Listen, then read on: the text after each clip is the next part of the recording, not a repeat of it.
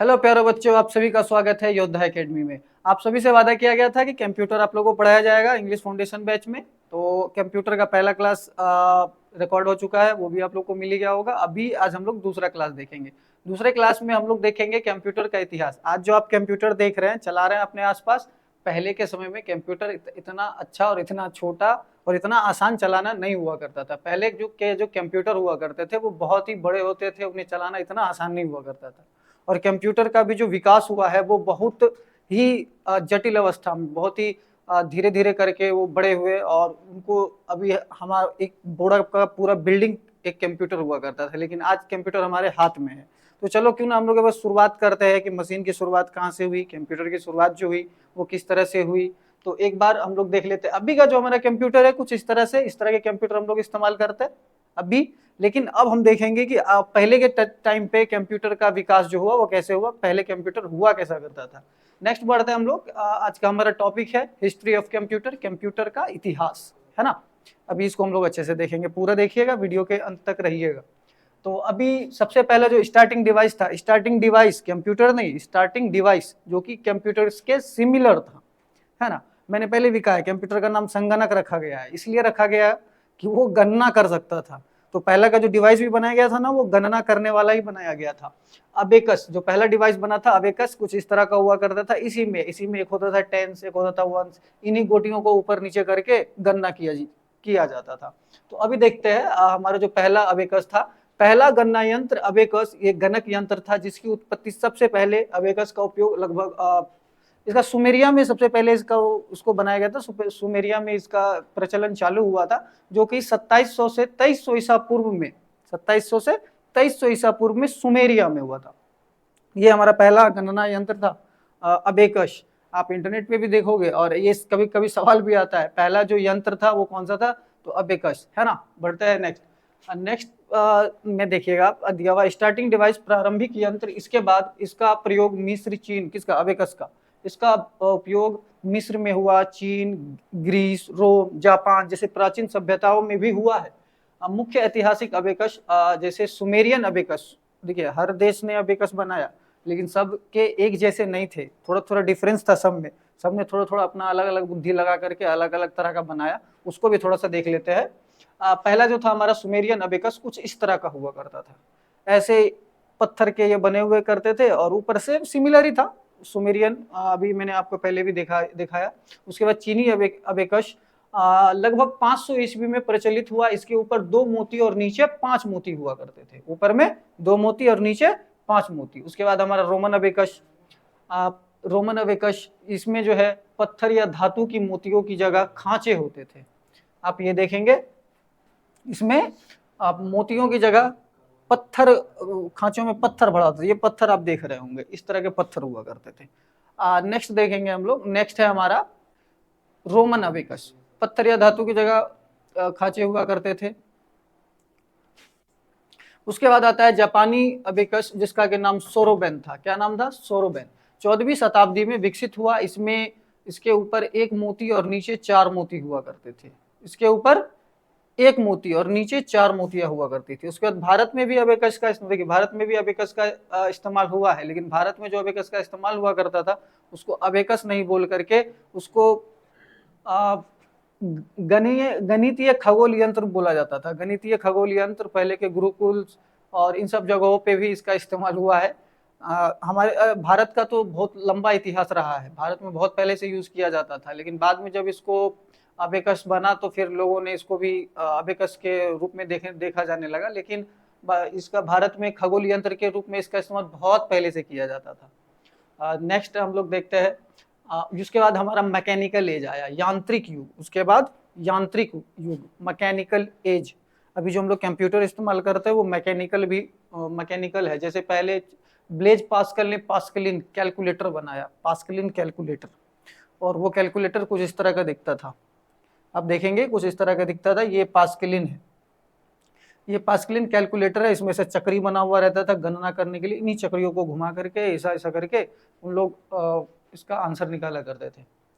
Next हमारा जो 1822 में चार्ल्स बेबेज ने डिफरेंस इंजन का आविष्कार किया। डिफरेंशियल इंजन ये बहुत सारे काम कर सकता था।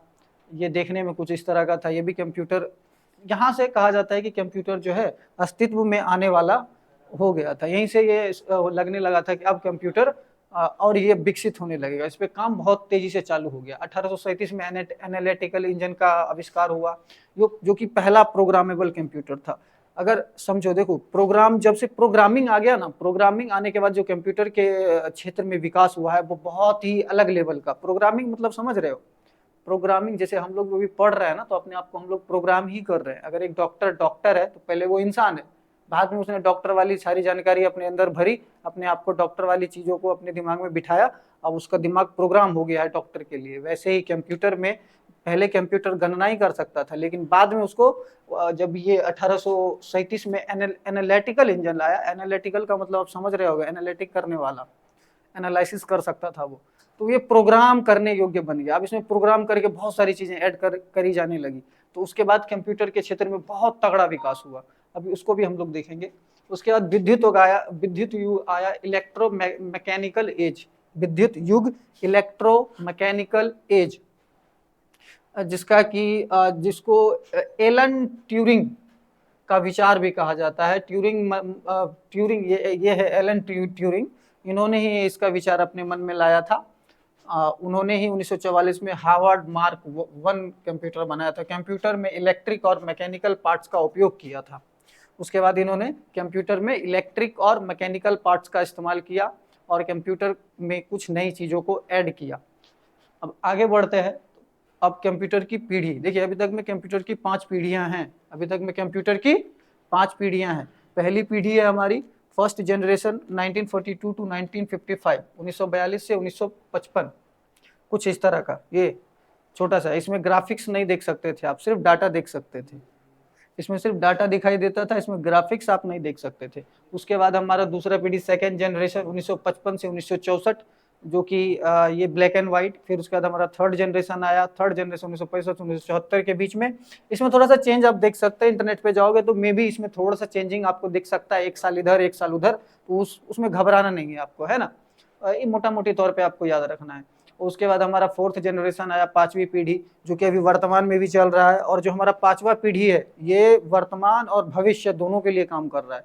ऐसी ऐसी चीज़ों पे काम चल रही है कंप्यूटर के क्षेत्र में कि आप सोच भी नहीं सकते। अगर हमारे अभी जो आज से 50-60 साल बाद हमारा जो पीढ़ी आएगा, उसको अगर ये पता चलेगा कि हम लोग कंप्यूटर के द्वारा इतना ही काम कर पाते थे, वो हम पे हंसेंगे। क्योंकि कंप्यूटर इतना ज़्यादा विकसित होने वाला है कि आने वाले समय में वो इंसान की हर एक चीज़ों को मैनेज कर पाएगा। ये रोबोट, ये एआई, ये सब जो भी चीज़ आप देख पा रहे हैं, ये सब कंप्यूटर के वजह से ही सक्सेस है, ये कंप्यूटर के वजह से ही हो पा रहा है। अभी आप देखेंगे हमारा, उसके बाद कंप्यूटर की 5 पीढ़ियां। पहली पीढ़ी, फर्स्ट पीढ़ी 1942 से 1955, जो कि वैक्यूम ट्यूब आधारित कंप्यूटर था, जो बड़ा था, उसमें गर्मी बहुत अधिक हुआ करती थी। वैक्यूम ट्यूब आधारित कंप्यूटर था, कुछ इस तरह का पहला कंप्यूटर, जो फर्स्ट पीढ़ी का कंप्यूटर था 1942 से 1955 में। 1942 से 1955 के बीच का जो कंप्यूटर था, वो फर्स्ट पीढ़ी वाला, वो कुछ इस तरह का वैक्यूम ट्यूब आधारित कंप्यूटर था। उसके बाद सेकेंड जनरेशन 1955 से 1965, जो कि ट्रांजिस्टर आधारित कंप्यूटर था। ये छोटा था लेकिन तेज था, छोटा था तेज भी था। उसके बाद थर्ड जनरेशन 1965 1974, ये आईसी मतलब इंटीग्रेटेड सर्किट, ये भरोसेमंद था, मतलब ये चीज़ों में गलतियां नहीं करता था। उसके बाद हमारा फोर्थ जनरेशन है, जो कि अभी वर्तमान में चल रहा है, micro processor computer. Micro processor समझ रहे हैं आप? पहले का जो प्रोसेसर हुआ करता था बहुत बड़ा हुआ करता था, एक पूरा का पूरा घर एक कंप्यूटर में ही तब्दील रहता था। लेकिन आज प्रोसेसर इतना छोटा हो गया है कि आज ये हमारे हाथ में जो मोबाइल फोन है ये भी कंप्यूटर है, हमारे हाथ में जो वॉच है, स्मार्ट वॉच, ये भी कंप्यूटर है। अब सोचो, इसके अंदर एक छोटी सी प्रोसेसर लगा दी गई और ये एकदम सटीक टाइम बता रहा है, सटीक। अभी तो ये आपके दिल के धड़कन को भी जांच ले रहा है, आपके बॉडी के ऑक्सीजन लेवल को जांच ले रहा है, बहुत सारी चीजें कर पा रहा है। ये किसकी वजह से? तो माइक्रो प्रोसेसर की वजह से।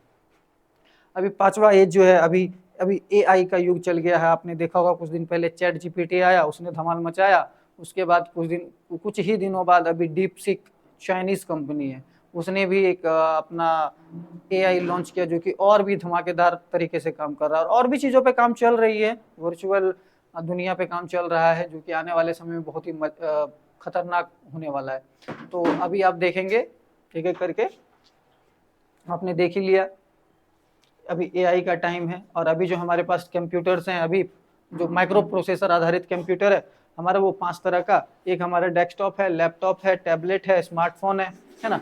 डेस्कटॉप क्या, डेस्कटॉप जो डेस्क के ऊपर रख के चलाया जाता है वो डेस्कटॉप। लैपटॉप, लैप मतलब गोद होता है, गोद में रख करके चलाने वाला लैपटॉप। इसके बाद आता है पाम टॉप, जिसको हम लोग टैबलेट भी बोलते हैं। पाम मतलब हथेली, हथेली में रख के जो हम चलाते हैं वो हो गया हमारा टैबलेट। उसके बाद स्मार्टफोन, मोबाइल फोन, जो दुनिया में सबसे ज्यादा इस्तेमाल किया जाने वाला कंप्यूटर, स्मार्टफोन। उसके बाद आता है हमारा स्मार्ट वॉच, जिसको हम वियरेबल वॉच भी बोलते हैं। ये हमारा स्मार्ट वॉच है, अभी इसमें एडेड नहीं है। स्मार्ट वॉच अभी इस दुनिया में वो भी आ गया है, वो भी अभी हाथ में पहन रहे हैं, और आने वाले समय में तो और भी बहुत सारी चीज़ों पे काम चल रहा है, और भी नई नई चीज़ें हमारे सामने निकल के आएगी। आज का टॉपिक हमारा इतना ही था।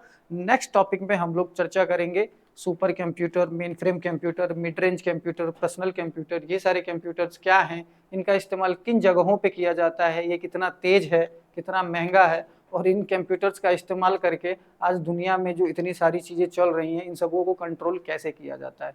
आज के लिए इतना ही, मिलते हैं नेक्स्ट वीडियो में।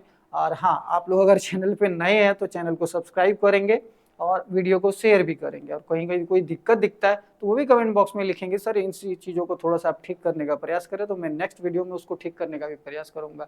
Very very thank you.